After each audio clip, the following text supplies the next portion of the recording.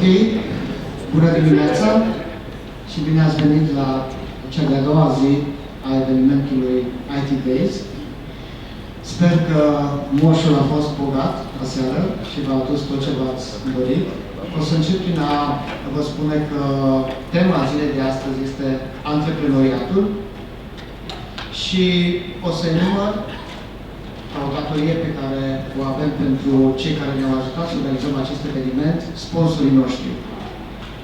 Aros Transilvania Software, Endava, Evoline, EBS, Gemini Solution Foundry, Accessa, Scopler, Yardi, MSD Systems, Tripilar Global și susținătorii noștri, Primăria și Consiliul Local Cluj-Napoca, Cluj Hub, itevents.ro și Microsoft Student Partners. Pentru că astăzi este Sfântul Nicolae, aș dori să le spun la mulți ani tuturor celor care au acest nume, pentru că bazele de date sunt domeniul meu de expertiză, am încercat să găsesc o variantă cât mai eficientă de a face acest lucru. Sper că cu acest sistem am reușit să cuprind pe toată lumea care putea să fie felicitată astăzi și vom începe cu prima prezentare. Okay, our first speaker comes from Copenhagen, Denmark. Her name is Tine, and she's the CEO of Everplaces, which is a community where people who love travel, food, and design share recommendations. And she's listed in the top 100 women in tech Europe. Please give her a big hand.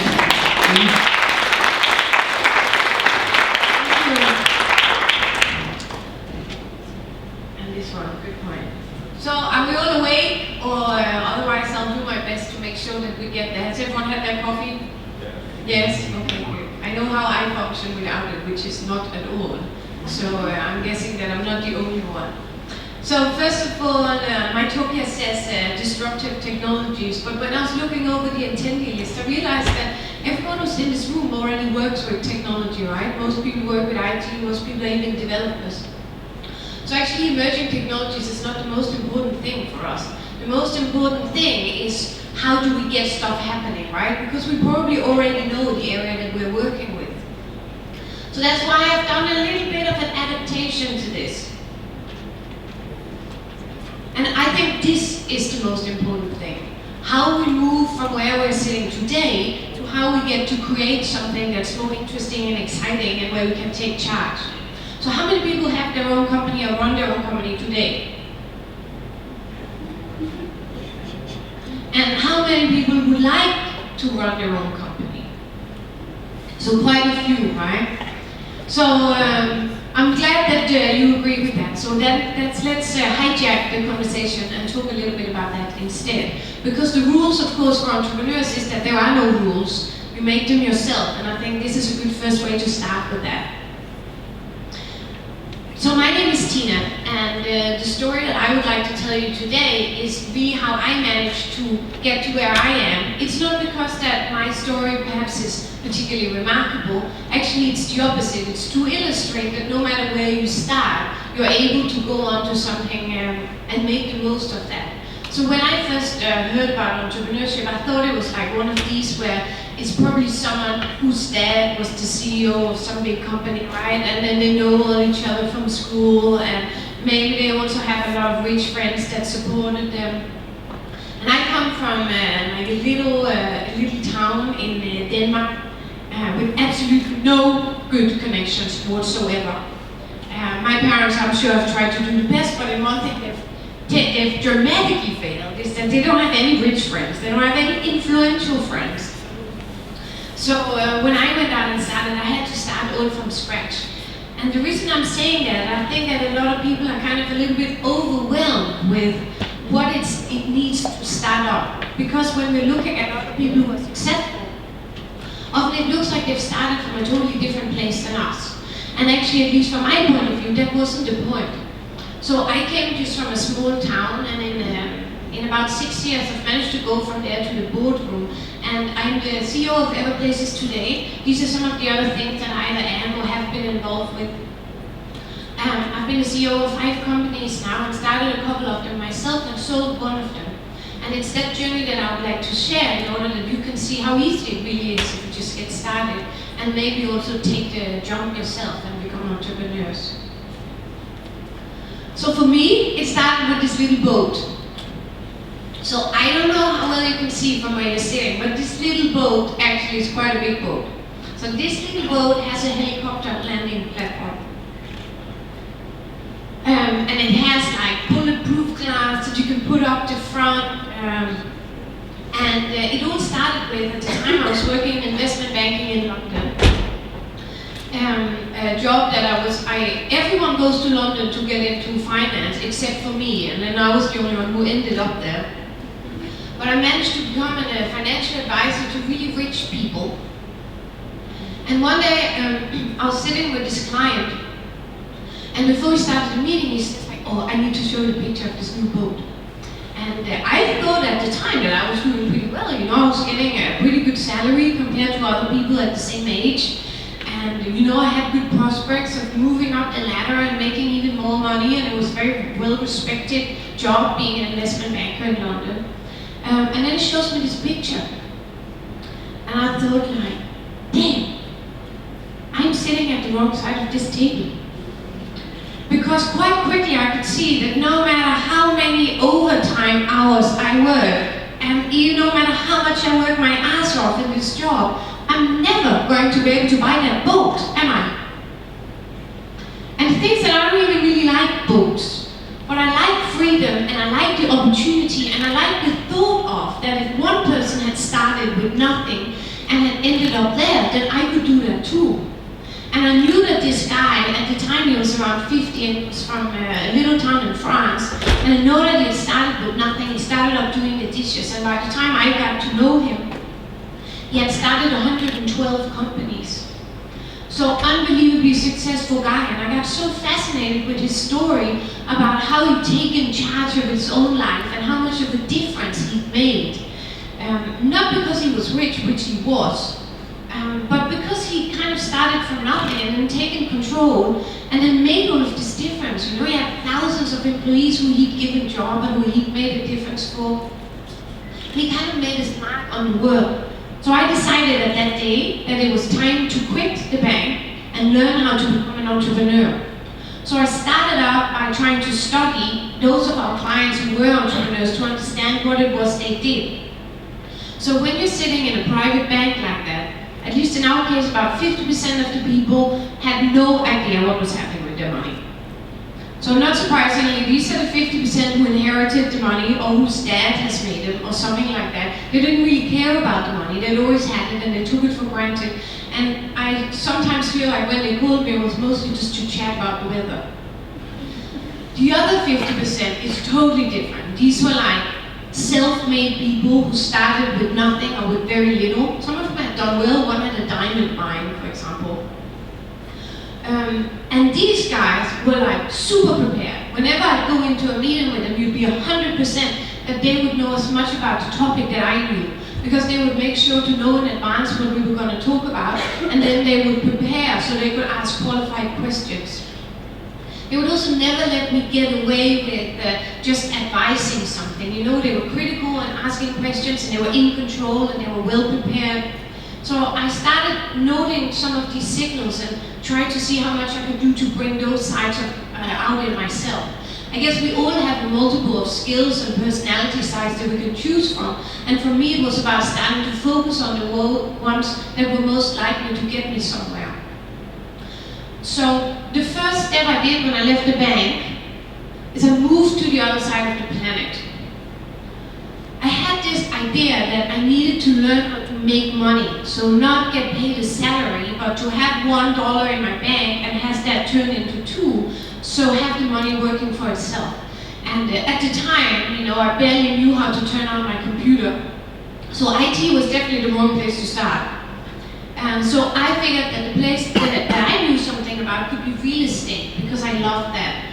But I couldn't afford to London is insanely expensive. So the only place I could think of where I could afford to buy a house was New Zealand. So I moved to New Zealand and bought like a crappy little house, which I did up in the evenings as I was working. While I was doing this on the side, I made sure that I took a job where I was learning stuff rather than where I was well paid. So this is the first time in my career where I halved my salary. I don't know if it's a good or a bad story, but I can confirm that I've done that several times since. But I kind of adopted the belief that I need to work in jobs where I can learn something new. And it was my understanding that to be an entrepreneur, you have to be sort of a generalist, right? So you need to know just enough to ask the right questions, but you don't have to be an expert yourself. So I needed to learn a little bit more about operational finance. I needed to learn more about marketing, about management, about markets, all of those things. So I started taking jobs where I would learn that. And it did quite well, and I learned some new stuff. We sold the house, and I made my first little bit of money, so I had something to invest. And then I thought I was about to be ready to start my new company. Then I realized that New Zealand only has 4 million people. And at the time I wanted to sell physical products.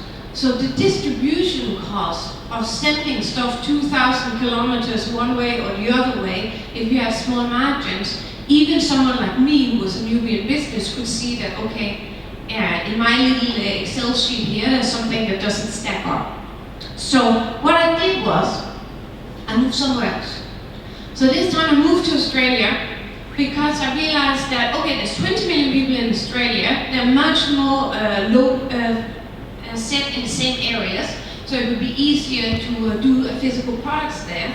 And the weather is also slightly nicer, right? But I'll try to pretend that wasn't a part of the decision. But Australia was a good place for it. And I took a few years, I took one more job where I learned something. The biggest thing for me, I realized at that time, was that I was quite scared of taking this job. I don't know about you guys, but for me, I've always been one of these people who was a good student, right? And to some extent, a lot of my image about myself and a lot of my identity was in being good at what I was doing. And the thought of jumping out as an entrepreneur, which I didn't know anything about, really, I'd never tried it, I knew that that would mean that I would start failing a lot of stuff, right? And there would be a lot of stuff that I wasn't very good at. And I knew that statistically there was a bigger chance that the company wouldn't work than that it would work. So I was trying to prepare myself to face this fear, to get myself ready for if this all goes belly up, will I still be able to look people in the eyes and say, hey, this is just the way it goes. And that took a long time. I would say that after I was ready training for the skills and learning what I needed to learn, the emotional side of it and having the courage for it was even bigger. And I think today, if I was to give an advice to people, it would be to start a company today and then do the first one as a little test company that has to fail. So you give yourself a challenge that you set up a company today, you have that little bit of money you put in, let's say 2,000 euros, 5,000 euros, not a lot of money, and you have 12 months, and in that 12 months you have to get as far as you can before you crash it. And you know what that does? It takes out the fear of the failure because it's supposed to crash. It means that you can tell the story straight away when your parents and your partners and your colleagues tell you that you're totally insane and you have a great paying job and why don't you stay with that. You can tell this into the story straight away, so you won't feel like quite as much of an idiot when you stand there and say, okay, actually now it didn't work. Because this is a reality that we have to get used to when we're entrepreneurs and when we're taking some risks, that some of the stuff that we do won't work. But that's actually okay, but we just have to get over our moral and internal barriers. You know what I've realized in these 6 years where I've been an entrepreneur? Is that no one really notices whether you do well or not. You know, you will have something that closes down and you think oh my God, this is how everyone can see it. Okay, oh my God, everyone knows and this was supposed to be and I feel like such a fool. And then you meet old friends from schools, they have no idea, right? People are so caught up in their own little lives That they didn't even know that you had started something else. And even if they do, it doesn't matter to them. So actually this whole idea of being so afraid of failing is mostly in our own head. Apart from your mother, who will care a lot, and who will lie awake at night worrying that you can't pay the bills next month. But that she will do even if you're in just a normal paid employment. So apart from your mother, it doesn't really matter. The biggest enemy and the biggest hindrance to starting something is yourself and your own fear of doing something. And there's only one way of getting out of it. Today, when I have more experience as an entrepreneur, I actually seek that fear a little bit. It's now my understanding that unless I feel a little bit on the edge and a little bit uneasy, we're not moving fast enough. Or we're not doing stuff that's innovative enough. I mean, if everyone knows, if my grandmother understands what I'm doing in IT, then I'm definitely not on the cutting edge, am I? So, in that way, I try to seek that, and I now value that feeling in my stomach where I go like, oh, okay, is this going to be the right decision? And you don't know, right? You're just guessing. Because I feel that, okay, that's where we're moving faster than everywhere else. I mean, if we do the same and we work the same hours, we're not going to get ahead, are we? The only way of getting ahead is to work faster and do something that's a little bit bolder than everyone else. When I started, it was slightly less glamorous than perhaps I'd imagined. Somehow, I probably in my mind imagined the boat coming a lot sooner. Actually, it looked more like that. So the first company I had was an e-commerce company, and this is a long time ago, and e-commerce via the internet wasn't that known back then, at least not in Australia. And we sold product to event managers and professional decorators. I found like a really nice little niche. I'd been working as an event manager before, and first I wanted to start out an event management company, and then I realized that every woman wanted to have an event management company. Do you know what that does to the margins in an industry like that? At 50% don't need to make a profit, they're working there based on their husband's salary. Not a great place to try to be competitive. So I turned it around and said, okay, this is the industry that I know something about now. What is the most unsexy part of event management? Because everyone wants to be in the front end stuff, right? Where all glitters and it looks very fun and you're the one helicoptering tourists out to Great Barrier. But I found out that no one wants to be in the distribution of all the millions of products that event managers and professional decorators use. So if, for example, that you need one vase for an event, it's fine, you go to a local department store. If you need 1,000 of those, you can't go anywhere. Because you're too big for the shops and you're too small for the importers. So what we did was a layer that was in between. And I quite quickly found out that the whole thing about being the most unsexy area was definitely true, because that's what it looked like. It was out of my little garage. And I managed to persuade some of these big importers that we could sell their products on our website. So that meant that I only had to buy them from them when clients bought them from us. Because at the time, I mean, I had a little bit of money from the house in New Zealand, but not that much. So I couldn't afford to have an inventory.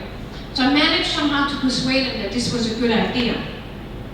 I found out that where we could add the difference was that I could take pictures of these products. Do you know that a lot of importers don't have pictures and sizes on the products? It just says 582603 vase. Okay, great, I'll take 500 of those. What the hell is that, right? So I went in and made sure that they were like properly spec'd out and there were proper pictures and color codes and all of that. And then suddenly the clients were like, okay, that thing, I would like 500 of those. Very, very little thing. Of course it took some time, but it didn't cost any money.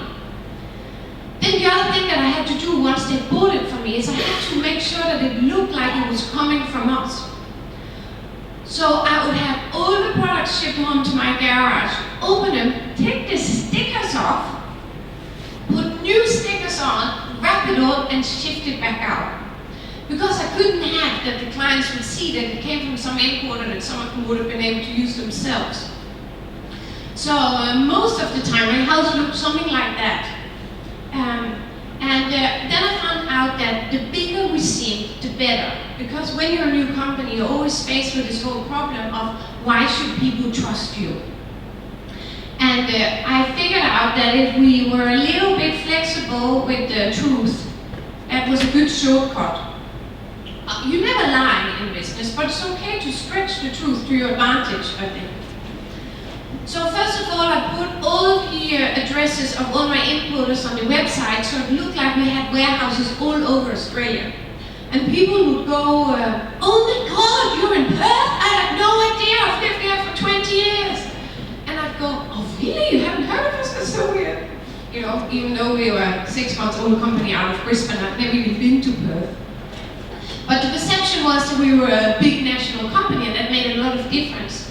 And also when someone would call, so this was the times where we didn't have integration with all these importers, so I would actually manually, and those who are developers will laugh at this, I would manually have to sit and input the inventory into the website and say, okay, we have 27.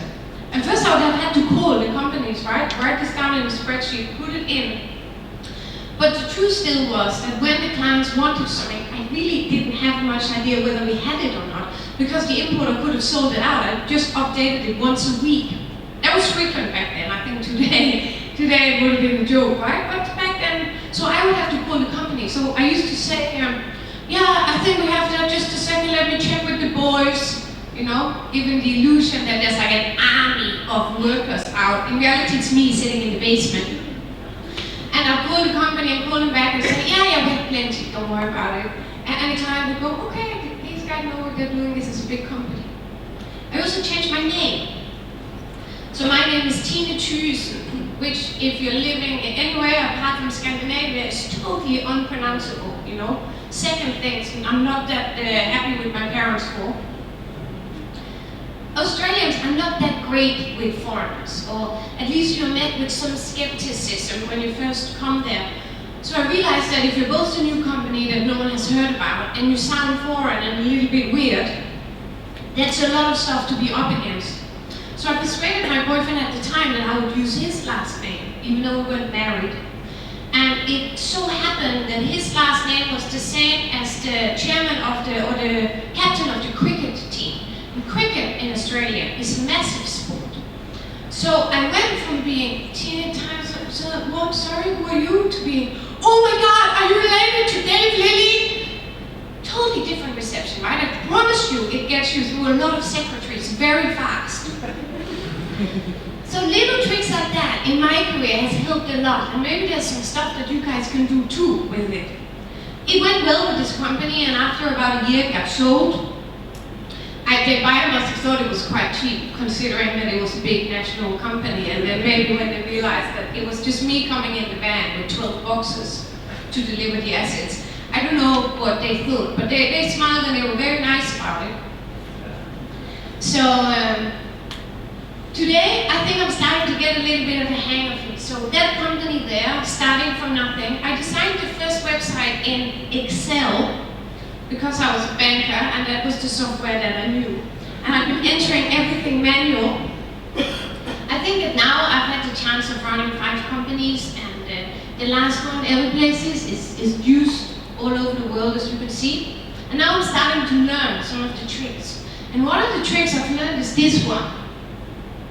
And that it can actually be quite fun. And of course it's tough to be an entrepreneur, and you do have to worry about whether you can pay the bills and stuff. But the freedom that I have, that I can decide what happens, right? And I can work on stuff that I care about. And for example, in my company, on Wednesdays, you can decide yourself where you want to work from, right? So you can work from home. The first Friday of every month, we have off, because I know that when we are busy and we have deadlines, people will have to work overtime. And the people at my team are happy with that, because they're committed to their jobs. But you know who are not happy? The wives. It's very important to keep the wives happy if you want to keep your employees long term. So I found out that if they have a day off a month where the wives can plan a long weekend, they will forgive you for murder. So that's a good rule. We also have done our biggest employer branding exercise is champagne parties. And that's because it costs quite a lot of money to do like stands and little useless stuff to give to people that they can then throw out when they get back to their hotel room.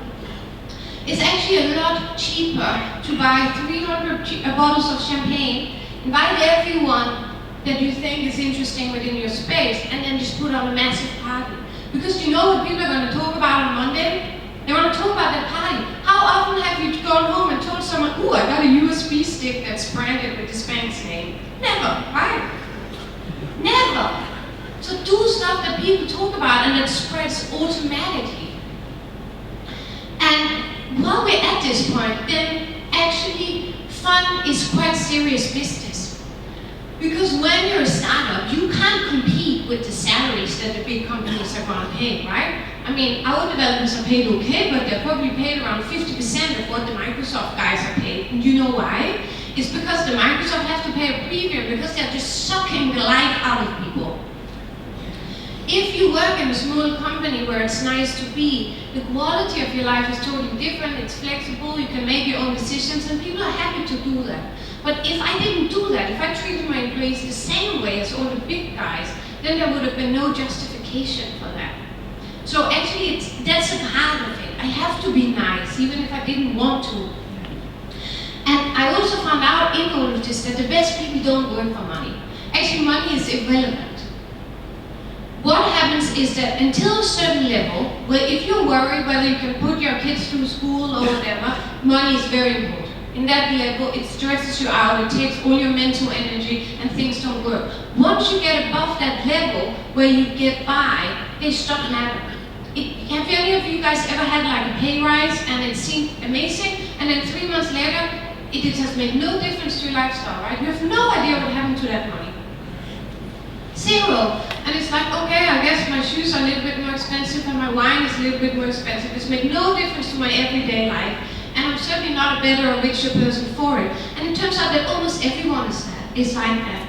They've now found out that intelligent people, they don't work for that. They work for autonomy, you know, for being able to influence their own thing. They work for meaning, for feeling that they're working on something that matters. And they want to be respected, and that's what motivates people. Actually, they found out that when you're paying people cash bonuses, it does the opposite, because it moves the focus onto the money away from the social reward, which should have been integral in it.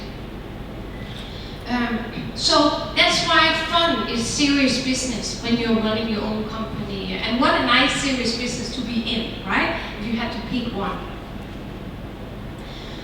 So, if we go a little bit back to you and say, what is it that it takes? Of course, there's a couple of personality traits that are nice to have if you're an entrepreneur, or that you need to have if you're an entrepreneur. But actually, I would say that it's something that most people can do. Everyone in here can do it. It's nice to have a little bit of the bounce back effect, right? You know, have you heard the story that a successful entrepreneur is someone who's fallen 9 times and gotten up 10? So a little bit like the cork or the rubber ball effect, like bing, you know, bing. That is a good ability to have. And in my team, it works the way that when something goes bad, I'll be, because I really care, I'll be quite upset about it for that day, you know, and it will feel like the world is crashing down, and why did I even bother, and what? Next morning when I wake up, I have almost forgotten about it, and then I go, okay, fuck that, onwards. And I think that is a good, it's okay to be sad about it, and because you care and you're invested in it, but we just have to stop sticking to it and just move on after that. It's good that you have self-insight. Actually, one of the big problems is that people who are founders desperately want to also be the CEO, and sometimes it's not the right personality type.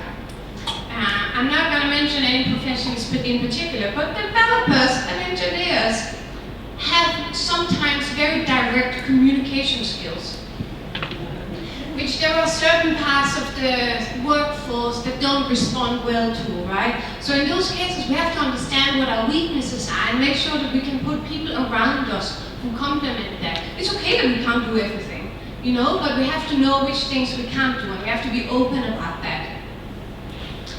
So then when we've gotten ourselves again, we've gotten this courage, and we've understood what it is we can do and what others need to do, then there's a couple of people that we need to get with us, these people over here, right? So we need to find some co-founders who can do the other things. We need to get investors, some clients, and some teams. And I want to just touch a little bit about the investors, because it seems to be a misconception in startups. And the misconception is that now I've got this idea, I just need an investor, and then we can start. I told you that's not the way it works. The way it works is that you start, you get some traction, you meet with people, you build some trust, and when you're already at the point where you almost don't need an investor anymore, that's when they become interested. Because they're not investing in your dreams, they're investing in the traction. So our first job is to show some very little results that shows that I know what I'm talking about. And this can take some time, but what the good news is that it doesn't have to be huge results. Like, we sometimes compare ourselves with existing companies, and then we think like, okay, I need to have this, you know, €1 million in revenue or something like that. Actually, the little things that you're looking at is often that if you can do 6 to 7% progress per week, then you're doing well. So if you're a consumer, then that would mean the amount of users. If you're trying to sell something, then that would mean in terms of revenue. But 6 to 7% is not very much, considering that you're probably going to start with 1 or 2 users, right? So it takes quite a few months before this gets a big thing. But that means that you can show, you can demonstrate that the metrics of your companies are working okay. So that is the first thing that we need to understand, that investors will only invest in metrics and they don't really care about all the other stuff. The other thing is that we need to get to know these people and build relationships way before we meet them.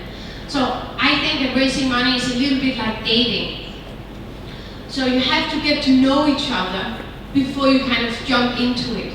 It also has another good parallel, and that is never say that you're out of cash and you're desperate, because you don't want to be the girl at the bar who goes, does anyone want to buy me a drink? Can someone buy me? You don't want to be the desperate one, right? You want to be the funky one out on the dance floor who doesn't notice that anyone is around and just has a great time and then people come to you. So definitely just try not to approach people, but let them come to you. And when you're approaching them, it's a good idea to say like, hey, I just want to get your opinion about it or get your feedback. Then you can give them an idea of what you're doing. Tell them that, okay, in 2 months we will have reached this. Then in 2 months you send them a quick email saying, oh, hey, Brian, so you guys won the World Cup, that's amazing. Just to let you update, we've reached those goals we've talked about, and now we have 12 clients. That's it. Bing, the client is updated. When you then need the money from him, 6 months later, he already knows you. And he knows that you're a kind of person who will keep to what they promise. And this is important, because no one would just go in and jump to this investment that's the vision. So start talking to people at least 6 months before you need the money. A good little trick that I found, which probably also helps a little bit being female, but I guess guys can do it too, is that it works brilliantly if you ask for advice. You know, like if you're asking for money, people are like, yeah, okay, excuse me, let me just go in and, you know, they're the big guy. If you just go in and say, since you've been working so much in this industry, I just have a couple of questions and I would love to hear your opinion about it. And people go, yes, I know a little bit about that, right? People get so flattered. It works a treat. You know, it opens so many doors of people who would never see you for a business meeting, but if you're asking for advice, especially the kind of 50, 60-year-old male who's almost past it in the business world and knows it, but still desperately wants to like hang on to this illusion that he's the big man. And that personality type sits on a lot of the money out there, so that's not a bad thing that they're interested in staying in the loop. And actually what you can offer these guys is a little bit of that sex appeal, right? Because they don't want to be associated with working for some big companies. I'll bet you that 90% of CEOs or management people in big companies, they feel, if you ask them, they would all say, oh, if I hadn't been a big corporate boss, I think I would have been an entrepreneur. Everyone wants to have been an entrepreneur, right? I mean, in the old days it was astronaut, today it's entrepreneur. And that means that if you're an entrepreneur, you can sell a little bit of that lifestyle, and they can be involved with something, and they can build something and leave a legacy through what you're doing. So it's a massive, massive opportunity. So really, you're selling rock and roll. That's your main thing, right? So don't play too much by the rule. Don't wear a suit and stuff like that. You're the young and hip and innovative, and make sure you look like that, because he already has enough friends who wear a suit. So this is where we start. And actually we can start start much sooner. So if, like me, you're thinking about it and you're not quite ready, or your partner is not quite ready for you to jump into this, then quit your job and take a job where you can learn something, or at least move department so you can start learning something.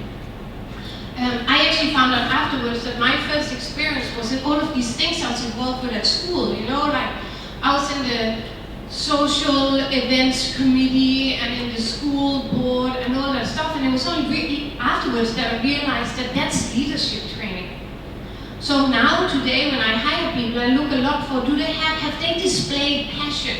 And have they done something for free that they didn't get paid for, because that's then the motivation. You don't know what the motivation was. But anyone who's helped other people for free, like they've been a football trainer for little kids or helped at some event, these guys have some passion and they want to do stuff, and money is not the only thing that matters for them. So these kind of traits are great in employees, and it's also a great way for yourself to go out and explore how to become a leader and how to learn stuff if you would like to start in the small. Then we get to the point, okay, fast forward, now we started the company, right? And now we have the challenge that we have to build a global thing, of course, out of this little company that we have in the backyard. The number one thing that I've realized that people are doing wrong is they're much too local in it. Almost everyone has a website where it clearly displays, for example, where they're from, and then they use local examples. But I'll tell you something. So we do consumer software, at least now we do mostly business to business, but we're most famous for the consumer product. The truth is that Europeans will use software from practically anywhere, in particular the States. We're very happy to use software from the States. Do you know what Americans want to use? Software from the States. So if you're saying, okay, I'm from this part in Romania, there will be some people who would immediately identify with it, but most of the world will not. However, if the examples you're using on your website is from Manhattan, everyone will be happy. So don't use local examples. Go and use an example that's from an area where you want to impress people. Any sort of global partners, even though they're not very much used, can be a good way of staking that you're international. And in the beginning, people try to go in and do local partnerships, and then you put them on your website, but it doesn't really say that much because your clients probably don't know them, even though it could be quite a big company in your area. So I would always try to target, if you're trying to build credibility, people with international brands. So for example, we have 7 investors, and one of them is Qualcomm, which is an American chip manufacturer. And even though they're not a bigger investor in us than any of the other guys, actually they're a smaller one, they don't have a board seat, it's always the logo that impresses people and that makes people go, ah, okay, well they must be doing pretty good because these guys have invested.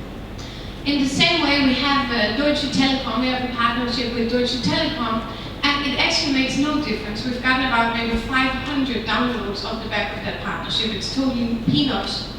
But people, especially in Germany, which is a big market for us, and people in Germany are very skeptical for outside stuff. This is like the equivalent of the cricket captain, right? We have the Deutsche Telekom logo on, and then people go, oh, okay, well, they can't be half bad. So we can use other people's credibility to gain credibility for ourselves. The same with the press, if we're trying to do stuff. For example, last time I was in Romania, I got interviewed by a magazine which is Forbes Romania. Do you think it says Forbes Romania if I talk about it? Definitely not. It says Forbes, right? Because it makes it sound like I'm using the international side of that brand. It's not a lie. It's just adapting the truth a little bit to the reality that we're trying to portray. That's okay, you know, that's what if we play by the rules, we're never going to get ahead of all the other ones, right? So try to go for some international stuff. Then the thing that I've noticed in all of Europe, but perhaps in particular here with the people, with the companies that I've noticed coming out of Romania, is that there's not a lot of focus on the story, right? People don't actually care what your product does. They care how it helps them. So I like to say that when you're doing the marketing or the brand message of any company, no matter what you're selling, this is what you can sell. How does this help people get laid, look younger, get rich, or live forever? Any brand works to that, right? Productivity software makes you look better to your boss. It makes the company make more money. If the company makes more money, you're gonna make more money. You know, high-heeled shoes. Why do you think women buy high-heeled shoes? You know, it's like sex in a box, right? It's because we're genetically programmed to try to look nice. Anything boils down to some of these things. In some areas, safety is another one. If it's a country where there's perceived to be a lot of risk. But otherwise, boil it down to that. No one gives a crap, pardon my French, what it does. They care what they get out of it, right? It's not the functionality, it's the deeper meaning of this. And then once you found a story and you're telling people what it is and what it does, you need to repeat it 1,000 times. Because people don't really pay attention the first time you say something, right? And actually, in my understanding, people only start using a new product maybe 5 or 6 times after they've come across it.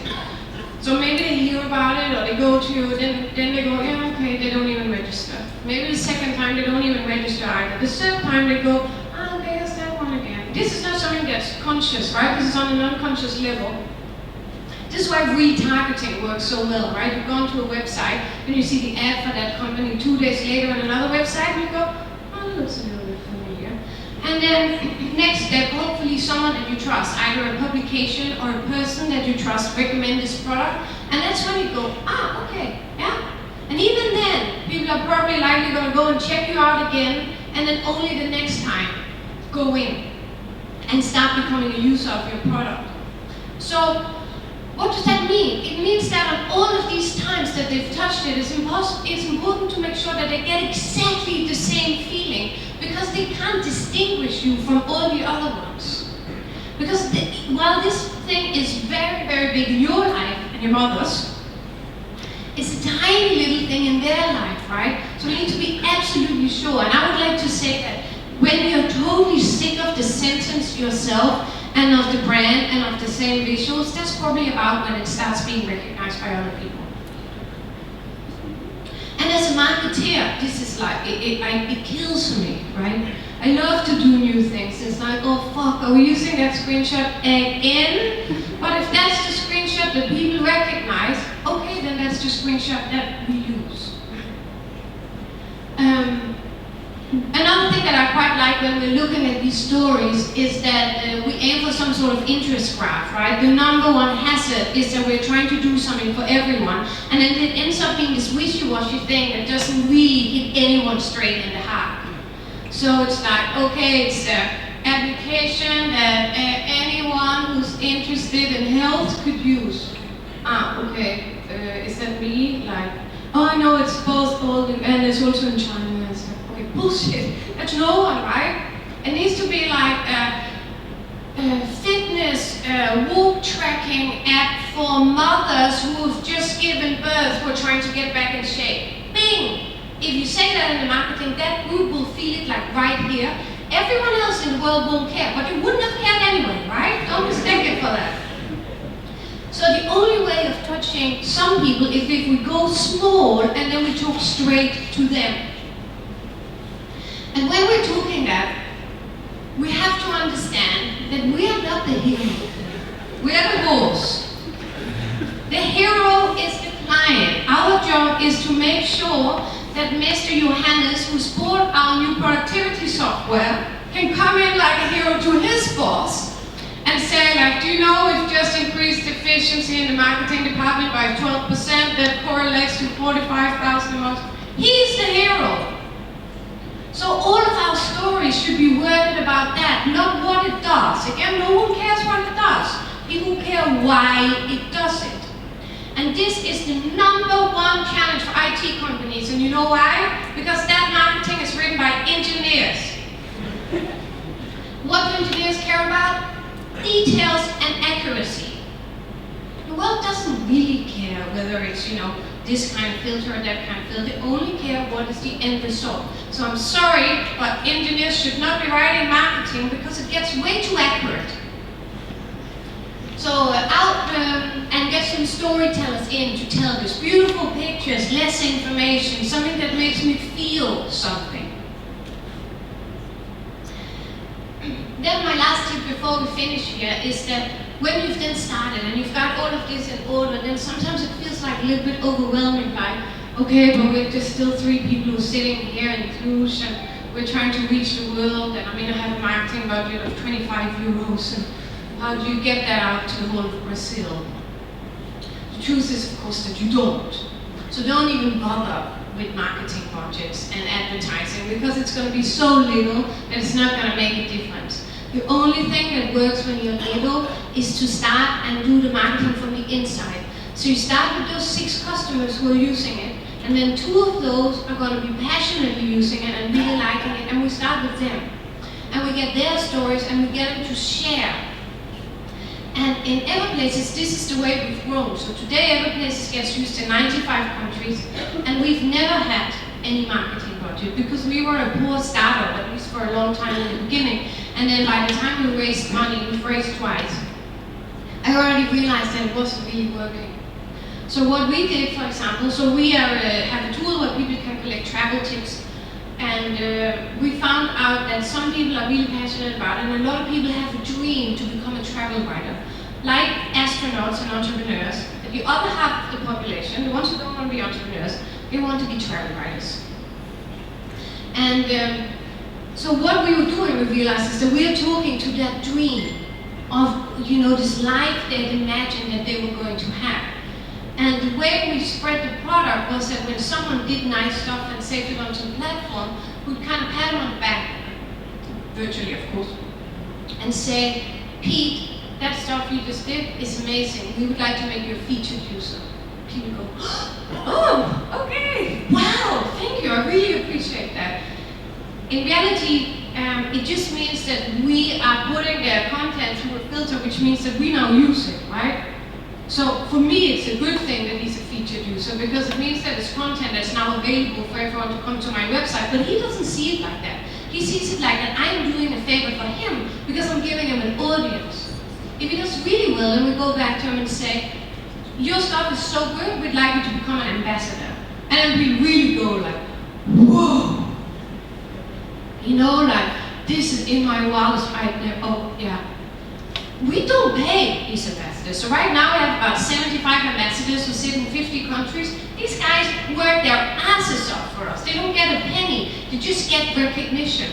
They're so good that if people ask questions on Twitter in Portuguese, then it's very likely that one of our ambassadors in Brazil will go in and answer. We don't even know what we're replying in our customer service because we don't speak Portuguese.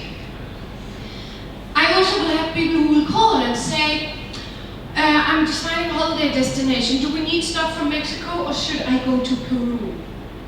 These are just normal users who are using, I'm not paying them anything, but because they've been allowed to be a part of it, they are spreading it. And I promise you that they're telling all of their friends about it, and they're talking about it in their blog posts, and they're embedding feeds from us all the time. And that's the way that I think you need to start at the beginning. Start with a few people who care and then build on that, because that's the cheap way of doing effective marketing. Yeah, I think we get that. So the very last thing that I'm going to say is that I know that it's a big jump, and I know that if you haven't taken this jump yet, there's still some of you who have that feeling in your stomach where like, what if it doesn't work, and what? And should I do it? And my wife is going to kill me, or my mother. But for me, at least, it's been totally worth it. In my opinion, and most people's opinion, you only live once.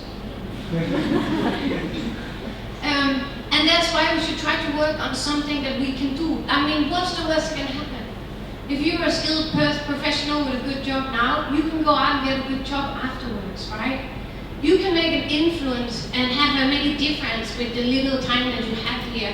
And you can make sure that work doesn't feel like work, it feels like a hobby. And for me, that's what's all worth it. And of course, there's going to be times where it's a roller coaster and you're a little bit freaked out.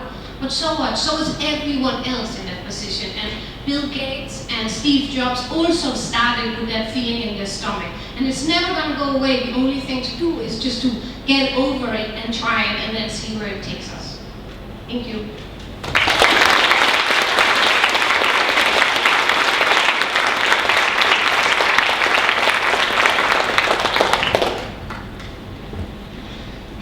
Thank you very much.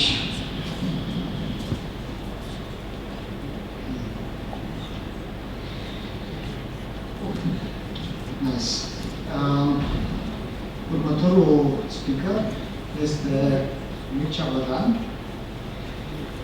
Mircea Bădan este co-founder la Youth Together. În același timp consideră că lumea ideală pentru el este lumea startup-urilor. Poate acesta este și motivul pentru care astăzi ne va vorbi despre ecosistemul startup-urilor clujene. Mircea.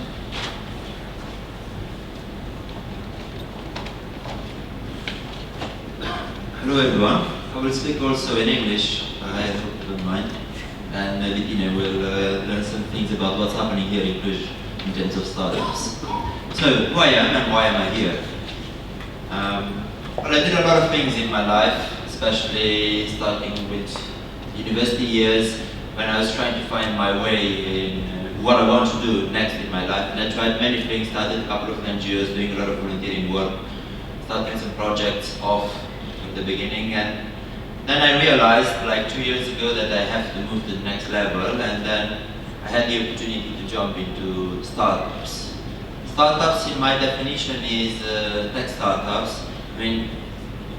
which have businesses, initiatives which try to become businesses. 9 out of 10 they don't succeed, and they have potential of scaling a lot. So going even globally, and I guess you can have a few examples of those. So afterwards, I had my first attempt, which finally failed, and now I'm at my second tech startup initiative, and we'll see how it goes. At the same time, I was witnessing what's happening in the startup community here in Cluj. Like 2 years ago, I remember that there were the term tech startup was not really used. And now we have more than 40 startups here in Cluj, and just this week I found about 3 more. Different stages, some launching, some still working on the product, some launched and having money and having some clients. Of course, these are not all, just part of it, and a few of them might be dead soon. And the thing is, 2 years ago, people, there were just a couple of them, trying to do something, a website, a platform, but they didn't know each other, they were not communicating too much, maybe they were meeting randomly in some events. And there was a boom, especially last year, brought by a startup weekend, which encouraged this startup trend. And at this point, yeah, we have more than 40 startups, and what's happening is that the community is growing. And here we have again just a couple of members. We still have to add more. And they are in different phases. Like some of them are second and third time entrepreneurs in their startup. And I know some startups which faded out and the founders each one separately started 3 other things. Or some other startups who failed, but then they joined together and merged into a new startup. And at the beginning, even there are a lot of events happening. A lot of events, mostly some of them are informal. For example, meetings every week, we talk, we help each other, we've become like best friends, trying to communicate not only about startups. And this was really empowering for us, and this is how I feel that the community was growing, by helping each other hand by hand, because no one had any knowledge about how to build a product. Maybe it was kind of hard to bring a lot of speakers here to teach us. So we went online on YouTube or whatever website, started reading news, started watching the videos to learn how to do it, and then we're coming back to our group and teaching each other, trying to move things forward, because we're quite pressured. I mean, we're spending money on our startups and we're not yet successful, so we had to do something about it, and we only had us. Of course, we have a Facebook group which is reaching now 50 people, and there will be more people to be added. Just a part of it, the most active people. And in terms of events, again, there was not much happening 1 year and a half ago, besides Startup Weekend and Open Coffee. And Startup Weekend now, this year, had 150 participants. From what I know, they had to refuse applicants because they didn't have space. So this much, the hype was growing around the startups and the interest.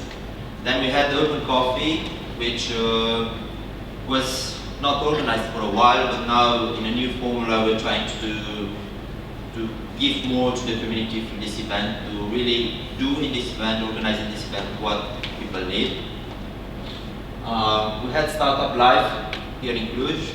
Next year will be the 3rd edition, from what I know. And there is a new initiative, Startup Pirates, which will happen in February. All these things, 2 years ago, they're not much existing. Then we had another event, Define Cluj, which was this time for students, trying to connect university, IT companies, and students in order to create more startups in the online field. Then we had Startup Lounge, which is a bi-monthly meetup for startups with different speakers. And now we have IT Days, and yesterday there was ITC in the park. All these things related to startups, and not only that. There were business events, traditional entrepreneurship events like business days, which were inviting speakers from the startups world, or allocating a part of their schedule to startups. And this is happening not only in Cluj, it's happening all over Romania. And of course we have the national events, which is How to Web, and it's attracting a lot of people from Cluj. And Balkans basically are on fire. So this trend is not only here in Cluj, it's all over the Balkans, and we're catching up fast with what's happening in US and Western Europe. Yeah. What I want to tell you as a conclusion, you are all working in the IT companies, I guess, most of you. And here in Cluj we have a really strong outsourcing business. And my belief is that in a couple of years, outsourcing will not go as well as it goes now. And that's why IT companies should, in my opinion, should refocus a bit and start developing products. There are a few, but this trend has to grow. And startups, a lot of these initiatives are dying, and some of these people are either starting a new company, either they are looking for a job. So my advice would be to really keep an eye on what's happening here in the ecosystem of startups, because there will be people with initiative, people with experience in how to build a product, how to do customer development, how to launch it and monetize it. And they can be a really good resource for IT companies in case they want to get a job. At the same time, what I've noticed that startups here lack money. I mean, I know 4 startups from Cluj which went to Sofia to an accelerator and got money from there. Out of 6 which got investment this year. Because why we did this? Because we couldn't find money here in Romania. And the IT companies here in Cluj have so many resources which can be pushed or connected somehow with startups in order to push this trend further on and really be on the wave and grow on products. Because in the end, I think the products that we're building will be the thing that can change and drive the IT industry here in Cluj. So that was it from my side. If you have questions? If not in private? Yeah. Basically, your understanding that Balkans is the area that the startup is hotter than, for example, Western Europe, or? I can't say that. I know that it's catching up fast. And in Western Europe, there are a lot of more money investors, and you can do things much faster. But I think in Western Europe people are also a bit more relaxed because they have a good quality of life and maybe they like the way their life is. But I feel here in Eastern Europe we have so many things to improve. And that's why now with the internet there is basically no limitation or no delay. So we can see what's happening tomorrow in Western Europe, we can have it here the next day.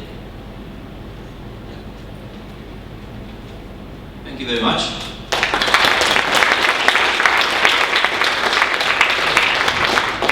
Thank you. Okay, the next presentation comes from Shirvan Sir, who is the CTO of Gemini Solutions. He will talk about Gemini Foundry, which is an accelerator designed for IT startups. Mulțumesc frumos. Aș vrea să vă spun că aș vrea să țin prezentarea în limba română on purpose, because cred că publicul țint al prezentării de față sunt startup-urile românești pe care noi ne propunem să le ducem spre piața americană, spre investitorii americani și de ce nu să devină global. Aș vrea să încep prezentarea cu câteva cuvinte despre grupul de firme Gemini Solutions. Un grup de firme care a pornit undeva în 2005 ca un high-end consultancy company. Avem 100 de ingineri la ora actuală, avem un birou în Cluj, avem birou în București și furnizăm servicii software în mare către firmele din Silicon Valley.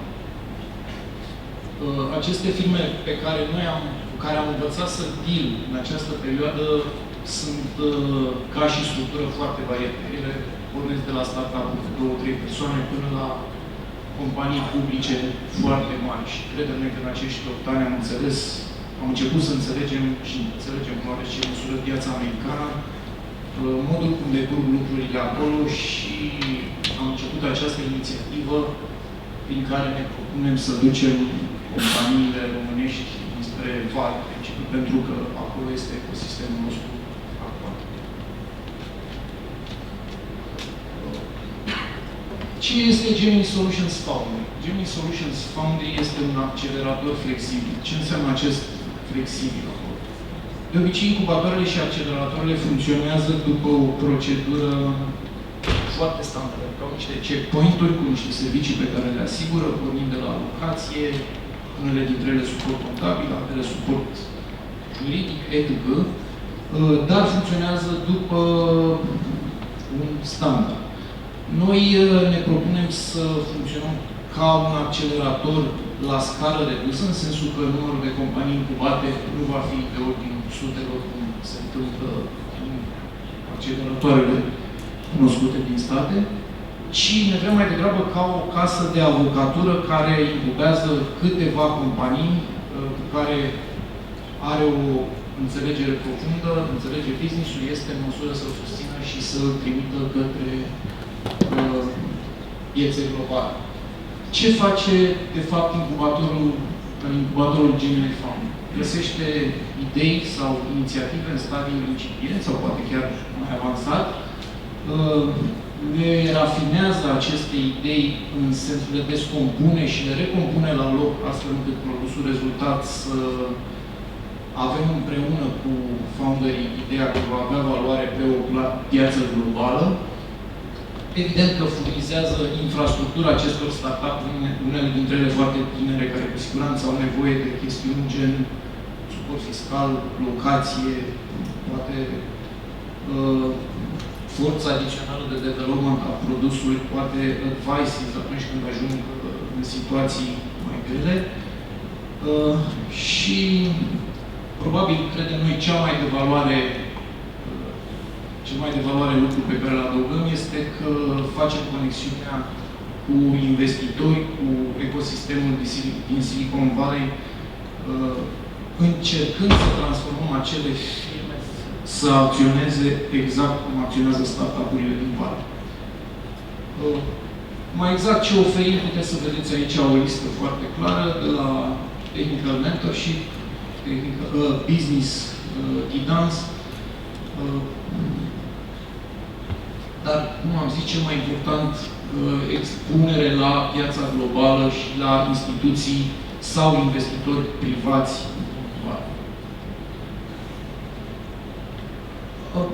Acest slide